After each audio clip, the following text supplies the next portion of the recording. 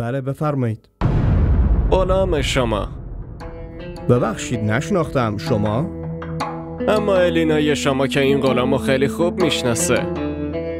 درست و واضح حرف بزن. میخوای چی بگی؟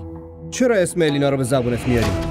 جناب شما عشقمو ازم بگیرین و منم اسمشو نیارم. چه مزخرفی داری میگی؟ مزخرف نمیگم، هرچی میگم درست میگم. من و الینا زمان دانشگاه همو دوست داریم. اول اون علی آقا اومد وسط و الان شما اومدین بینمون. این که اشتباه نه؟ من دندوناتو خورد میکنم. خورد کنید جناب، با علاقه خورد کنید، ولی کار ما پشت پرده است. فقط یه دکمه رو فشار بدم و بعدشون الینای شما و داستان عشق ما تو تموم شهر مشهور میشه. خفه شو.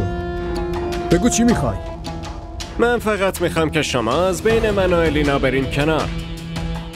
اون فقط مال منو، نمیذارم مال کس دیگه ای بشه. دارم میگم اسم الینا رو به زبونت نیار. شما الان چی گفتین؟ نمیبرم، هیچ وقتم نمیبرم.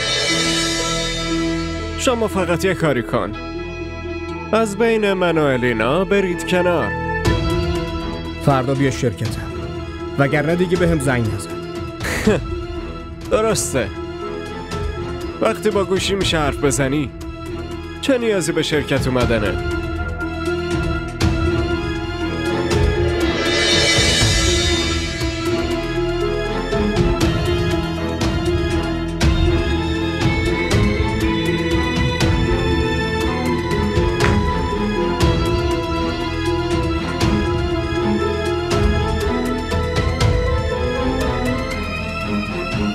من که دیوونه نیستم بیام روبرو تو هم منو گراس به پلیس تحویل بدی. اینقدر هم احمق نیستم.